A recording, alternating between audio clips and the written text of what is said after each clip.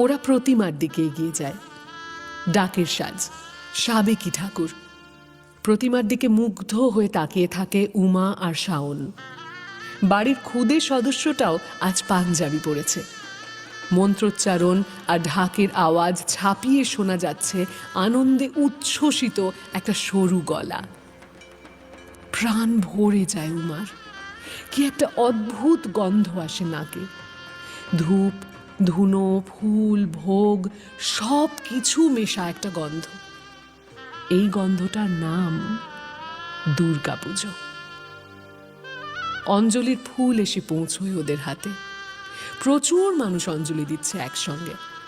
বাড়ির সদস্যরা, তাদের আত্মীয়, বন্ধু বান্ধব, অনেকে।